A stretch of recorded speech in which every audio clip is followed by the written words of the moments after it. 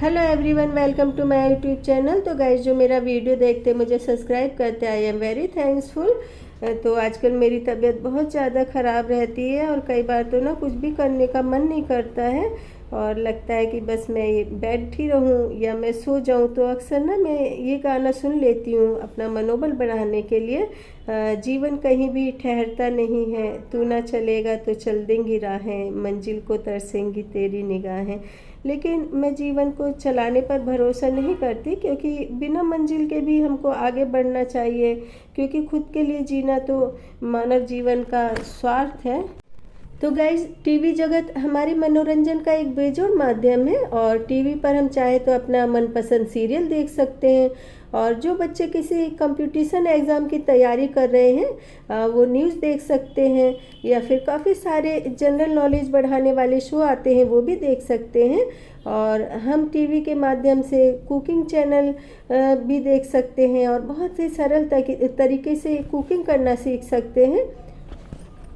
और इस समय सोनी टीवी पर कौन बनेगा करोड़पति एपिसोड आ रहा है, जिसको कि अमिताभ बच्चन जी होस्ट करते हैं। तो इस एपिसोड से भी आप जनरल नॉलेज वाले क्वेश्चन आंसर देख करके अपने कंपटीशन एग्ज़ाम की तैयारी बहुत ज़्यादा अच्छे से कर सकते हैं। और कौन बनेगा करोड़पति एपिसोड नॉलेज गेन करने का बहुत ही अच्छा माध्यम है। और इस एपिसोड से हमको बहुत कुछ सीखने के लिए मिलता, क्योंकि ना तो यहाँ पर हमारी पहचान देखी जाती है और ना ही हमारा काम देखा जाता है। हमारे ज्ञान एवं प्रश्नों के उत्तर के आधार पर हमारी प्रतिभा का आकलन होता है। तो इस समय कलर्स चैनल पर बहुत ही मनोरंजक शो बिग बॉस काफ़ी समय से आरंभ हो चुका है, लेकिन इस वक्त काफ़ी सारे त्यौहार आ गए तो मैं बहुत ज़्यादा व्यस्त रही, क्योंकि मुझे इस टॉपिक के लिए तैयारी करनी थी। बिग बॉस मुझे देखना था, लेकिन मैं बहुत दिनों से बिल्कुल नहीं देख पा रही थी। और अब भी मैंने टाइम निकाल करके बहुत थोड़ा बिग बॉस के एपिसोड देखे, क्योंकि बिग बॉस के एपिसोड देखने के लिए बहुत ज़्यादा टाइम चाहिए होता है। तो मैंने पहले भी बताया था कि ये बहुत ही कूटनीति वाला गेम है, बहुत संभल कर कदम रखना होता है और थोड़ी सी लापरवाही प्रतिभागी को घर के बाहर का रास्ता दिखा देती है। जो प्रतिभागी बिग बॉस के रूल फॉलो नहीं करते उसको एक या दो बार तो बिग बॉस मोहलत दे देते हैं, और उसके बाद बिग बॉस को ये अधिकार है कि वो मनमानी एवं रूल तोड़ने वाले प्रतिभागी को खुद ही इस प्रतियोगिता से बेदखल कर सकते हैं।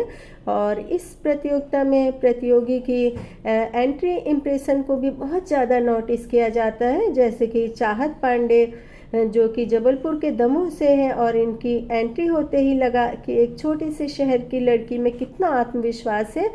और इनकी खूबसूरती के तो जितनी तारीफ़ की जाए कम है। और बिंदास बोलना, साफ बोलना, इनके एंट्री इम्प्रेशन ने लोगों को बहुत ज़्यादा इम्प्रेस किया। और मैंने इनके कई सारे सीरियल भी देखे हैं और मुझे बहुत खुशी हुई कि मेरे शहर की लड़की बिग बॉस जैसे बड़े प्रोग्राम में आई, और एवं चाहत की चाहत है कि बिग बॉस की ट्रॉफ़ी जीते।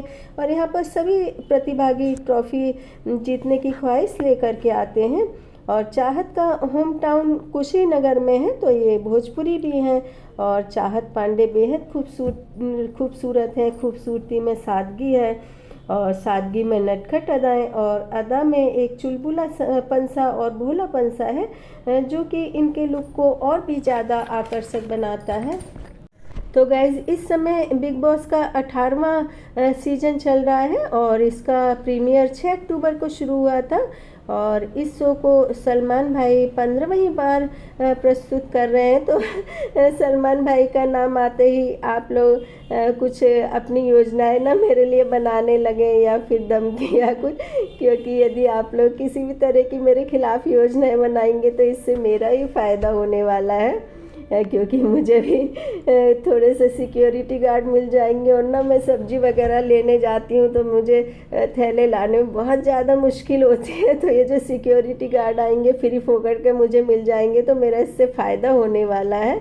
और आप नहीं तो मुझे बताएं कि मैं सलमान भाई के अलावा क्या बोलूं इनको। तो इस शो में कई प्रतिभागी नॉमिनेट होकर बिग बॉस के घर से बाहर जा चुके हैं। और इस सीज़न की थीम टाइम तो इस सीज़न की थीम टाइम ऑफ तांडव है और बिग बॉस के घर को गुफा एवं किले जैसा लुक दिया गया है और सुबह सुबह बिग बॉस के घर में मॉर्निंग म्यूज़िक या गाना चलाया जाता है जिससे कि प्रतिभागी आलस छोड़ करके पूरी एनर्जी के साथ दिन की शुरुआत कर सकें। और बिग बॉस के घर में राशन, फल फ्रूट, चॉकलेट, केक वगैरह एक लिमिट में दिए जाते हैं जिससे कि खाने की सामग्री की वेस्टेज ना हो। और इस शो की प्रतिभागी शिल्पा शिरोडकर जी बहुत ही पेशेंस से इस गेम के रूल फॉलो कर रही हैं और इस गेम को खेल रही हैं। और चाहत पांडे भी बहुत अच्छा ही गेम खेल रही हैं, लेकिन चाहत पांडे को समझना होगा कि ये बहुत आसान खेल नहीं है, फूंक फूंक कर कदम रखना होगा। और यहाँ पर आपको घर के कामकाज के साथ लेकर प्रतिभागियों के मूड को भी समझना होगा। ये इस बात पर ज़्यादा ध्यान नहीं दे पा रही हैं कि खिलाड़ी कितने गुप्त तरीके से खेल रहे हैं। और लड़कियों में जहाँ तक मुझे लगता है कि ईसा सिंह बहुत कोशिश कर रही हैं गेम को और अच्छी तरह से खेलने के लिए। और अभी 3-4 दिन पहले रजत दलाल एवं अविनाश मिश्रा में बहुत ज़्यादा हिंसक टाइप का गाली गलौज वाला, धक्के मुक्की वाला झगड़ा हो गया था। और एक बात मैं यहाँ पर बता दूँ कि अपनी उपस्थिति को दर्ज कराने के लिए हिंसक होना, लड़ाई झगड़ा करना या दूसरे प्रतिभागी को कम समझना, उनकी इंसल्ट करना, ये जो सभी बातें हैं ना, ये प्रतिभागी को माइनस मार्किंग की तरफ ले जाती हैं। और विवियन डिसाना बहुत अच्छा खेल रहे हैं और इन्होंने काफ़ी सारे सीरियल में भी काम किया है और शायद मुझे लगता है कि ईसा सिंह के साथ भी 1-2 सीरियल में इन्होंने काम किया है। और इन्होंने इस प्रतियोगिता में भी शतरंज के सारे प्यादे बिछा रखे हैं, कौन सा प्यादा कहाँ चलना है, और ये चहलकदमी करते हुए सोचते रहते हैं। और इस प्रतियोगिता के शुरुआत में तो ये बहुत मजबूत प्रतिभागी रहे हैं क्योंकि सीरियल में भी इनका मेन किरदार रहा है। और रजत दलाल भी बहुत मजबूत प्रतिभागी हैं और ये गाली को 5-7 बार रिफाइन करके कविता बनाकर उसमें से एक गाली के वर्ड का आविष्कार करते हैं। तो ये और भी ज़्यादा साम मापदंड भेद की नीति से इस गेम को खेल रहे हैं। और जहाँ तक मैं अपने एक्सपीरियंस से बताती हूँ कि बिग बॉस की ट्रॉफी पर इन्हीं का कब्जा होने वाला है। और एक चाइनीज़ लड़की है, मुझसे उसका नाम तो नहीं लिया जाएगा क्योंकि ना उसका नाम बहुत ही अजीब सा है। जैसे कि हम लोग हिंदुओं में ना पत्नी बोलती कि मैं अपने पति का नाम नहीं लूँगी, तो इनका भी नाम कुछ ऐसा ही है कि शादी हो जाएगी तो जब इनके पति से पूछेंगे कि तुम्हारी पत्नी का नाम क्या है तो वो भी नहीं बता पाएंगे कि मेरी पत्नी का क्या नाम है। तो ये बहुत अच्छा गेम खेल रही हैं और इनको देख करके ऐसा लगता है कि इन्होंने ना बिग बॉस की कई सारी सीरीज़ देखी हैं। एकदम चुपचाप रहकर गेम को ख़तरनाक तरीके से खेल रही। कभी आप ध्यान से देखिए कि ये किस तरह से गेम खेलती हैं। ये फूंक फूंक करके कदम रख रही हैं और बहुत ध्यान से बहुत ही अच्छे से इस गेम को खेल रही हैं। एवं अविनाश मिश्रा एवं करणवीर भी बहुत अच्छा गेम खेल रहे हैं, लेकिन इस गेम में बाज की तरह नज़र रखनी होगी कौन हमको डाउन कर रहा है और आप कुछ ऐसा तो नहीं कर रहे हैं कि पब्लिक में आपकी इमेज ख़राब हो रही है। क्योंकि इस प्रतियोगिता में एक्टिव भी रहना होगा, व्यवहारिक भी रहना होगा और दूसरे प्रतिभागी क्या गुप्त योजनाएं बना रहे हैं हमारे खिलाफ, इस बात का भी आपको ध्यान रखना होगा। क्योंकि कई प्रतियोगी एक ग्रुप में रहते हैं और वे दूसरे ग्रुप में भी जा कर के उसी तरह से बिहेव करते हैं कि नहीं वो उसी साइड के हैं और वहाँ से सारी बातें लेकर के आ जाते हैं।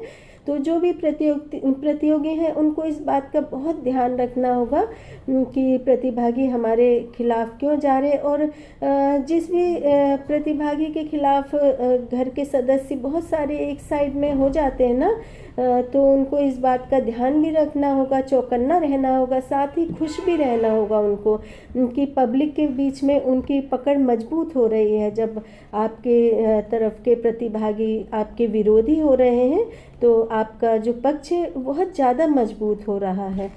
बिग बॉस में घर वालों को बहुत मुश्किल वाले टास्क दिए जाते हैं और इन टास्क को घर वालों को पूरे करना बहुत ज़रूरी होता है। और बिग बॉस का आदेश होते ही घर वालों को उनके आदेश का पालन करना होता है।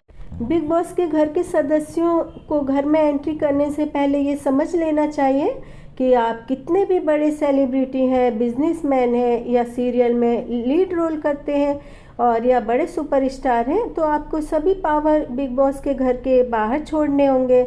आप बिग बॉस के घर कुछ लेकर जा रहे हैं तो बिग बॉस के सदस्य के रूप में आपकी एंट्री एवं बिग बॉस के प्रतिभागी के रूप में आपको सभी सदस्यों के साथ में एकदम नॉर्मल तरीके से रहना होगा। और यदि आप कुछ भी ओवर एक्स्ट्रा में ओवर रिएक्ट करते हैं या फिर कुछ भी ऐसा कार्य कर रहे हैं, चाहे वो मीठा हो, खट्टा हो या कड़वा हो, तो पब्लिक वोट की तरफ से आपके लिए हानिकारक होगा। तो जहाँ तक मुझे लगता है कि टॉप 5 में रजत दलाल फर्स्ट नंबर पर और विवियन रहेंगे, और जो सेकंड नंबर पर जो चाइनीज़ गर्ल है वो और चाहत पांडे हैं, और तीसरे नंबर पर हैं अविनाश मिश्रा और करणवीर। वाइल्ड कार्ड एंट्री से 2 प्रतिभागी और आए हैं और कशिश कपूर हैं और दिग्विजय सिंह राठी हैं। तो ये भी बहुत अच्छा खेल रहे हैं, लेकिन इनके बारे में मुझे ज़्यादा कुछ नहीं मालूम है। तो जितने भी मैंने नाम बताए हैं, तो इसमें सबसे ऊपर जो नाम है ये 2 लड़के हैं और ये तीसरी चाहत है इनका है, और उसके बाद 5 टॉप में इसमें से कोई भी सजेस्ट हो जाएंगे।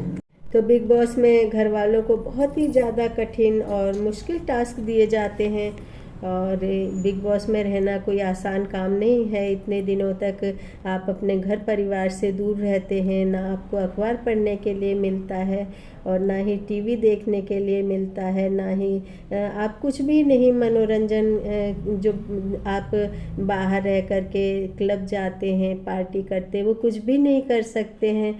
तो इस समय जो ये सदस्य होते हैं ना, एक हफ्ते बाद तो फ्रस्ट्रेट होने लगते हैं। फ्रस्ट्रेट होते होते ये आपस में बहुत ज़्यादा लड़ाई भिड़ाई करने लगते हैं। तो बिग बॉस के सभी सदस्यों को मेरी तरफ से ढेर सारी शुभकामनाएं।